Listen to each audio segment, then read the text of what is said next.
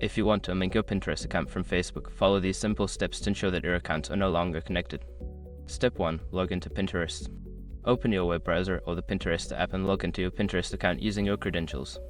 Step 2. Access settings. Once logged in, click on your profile icon or the three-dot menu in the top right corner. From the drop-down, select Settings to access your account settings.